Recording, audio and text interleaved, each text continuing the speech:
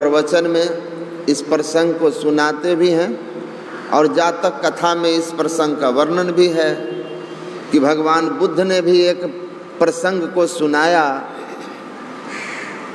और उस प्रसंग को सुनाने के बाद कहा था कि जानते हो वे तीनों कौन थे? एक मैं था, दूसरा आनंद था और तीसरा तुम। जी हाँ, तीसरा तुम छंद। तो जन्मों के संग चलते हैं। तो गुरु महाराज के जन्मों के शिष्य जो उनके निजी सेवा में रहे,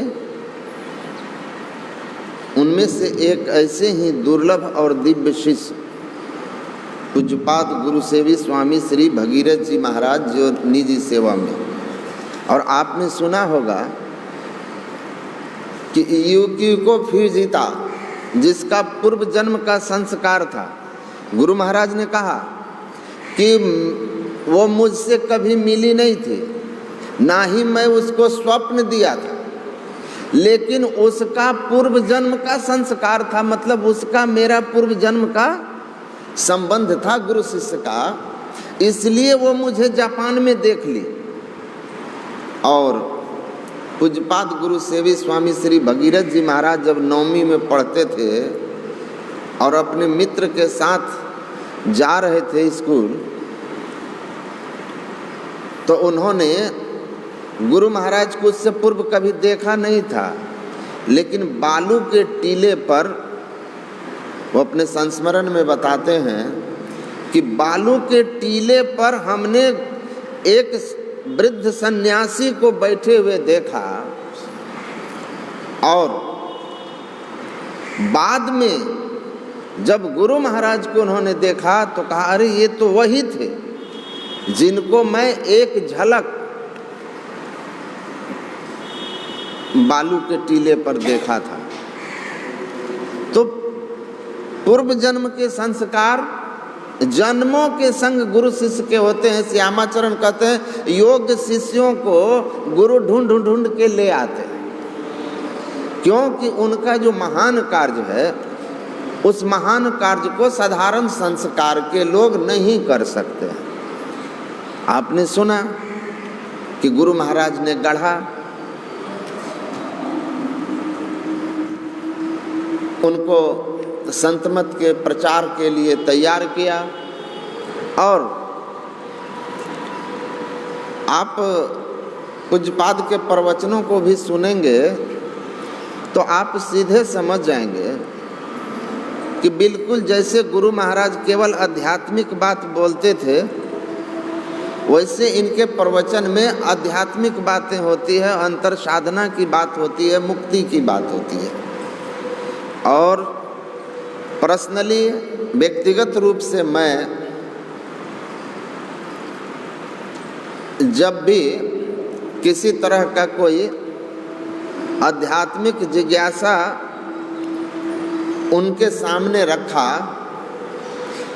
तो उनके समझाने का तरीका प्रामाणिकता के साथ होती है। गुरु महाराज का साहित्य हो या धर्म ग्रंथ की साहित्य हो या गुरु महाराज के प्रवचन में कहीं लिखा है।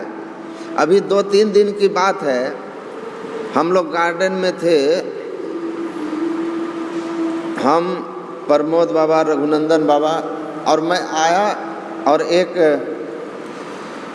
वेदांत के संबंध में एक सवाल किया कि महापुरुषों की जो वाणियाँ हैं, परमार्थिक सत्ता, व्यवहारिक सत्ता, प्रतिभासिक सत्ता, तो इसमें कुछ अंतर आता है। तो आपका क्या विचार है? मैं इस पर जिज्ञासा किया कि इनमें अंतर है तो आप समाधान करें। तो पूज्यपाद गुरु सेवी स्वामी भगीरथ जी महाराज ने मुझे कहा कि गुरु महाराज के प्रवचन में इस तरह का वर्णन है और सुधा सागर के किस अध्याय में कितने पृष्ठ पर यह लिखा हुआ है, यह भी मुझे बताए।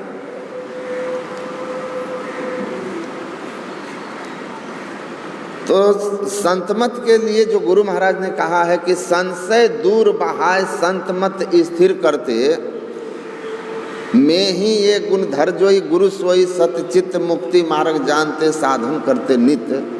तो संतमत से संबंधित जिज्ञासाओं का समाधान करने की क्षमता होनी चाहिए और आपके अंदर के संशयों को समाप्त करके संतमत के ज्ञान को स्थिर कर सके, ऐसी योग्यता होनी चाहिए गुरु होने के लिए। और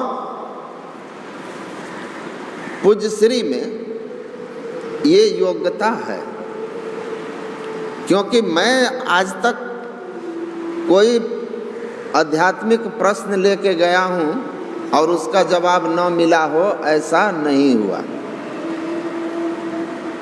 तो गुरु महाराज की कृपा है।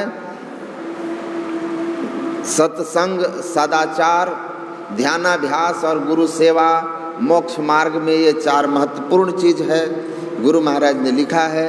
इसमें सबसे प्रमुख बात गुरु सेवा है। जिसमें गुरु सेवा आ जाती है, उनको बाकी जो 3 चीज़ें हैं गुरु की कृपा से स्वाभाविक आ जाती है। गुरु सेवी अभ्यासी हंसा मुक्ति डगर को जाई। तो गुरु महाराज की गुरु सेवा इनमें आई तो सत्संग, ध्यान, सदाचार सब स्वाभाविक आया। और हम लोगों का सौभाग्य है कि हम लोगों के बीच संतमत के ऐसे महापुरुष, दिव्य पुरुष हैं जो हम लोगों को आध्यात्मिक राह दिखाते हैं, आध्यात्मिक जिज्ञासाओं का समाधान करने वाले हैं और सरल भी हैं, सहज भी हैं। कोई दिखावापनी, बनावटीपनी नहीं रखते हैं। तो जो एक अच्छे महापुरुष के लक्षण हैं, उनके व्यवहार में और साधना के प्रति आपने सुना ही कि किस तरह उनका जीवन संयमित है, किस तरह उनका जीवन समय के अनुशासन में बंधा हुआ है। महात्मा गांधी ने लिखा है कि जो समय का मोल देते हैं वे अनमोल हो जाते हैं। तो समय के मोल देने वाले हैं पुष्यश्री, इसलिए अनमोल हैं। मैं उनके लिए गुरु महाराज से प्रार्थना करता हूँ कि बहुत लंबी उनकी जीवन काल हो, ताकि हम लोगों के लिए उनका मार्गदर्शन मिलता रहे। मैं उनके पावन चरणों में अपना श्रद्धा प्रेम अर्पित करता हूँ। बोलिए श्री सद्गुरु महाराज।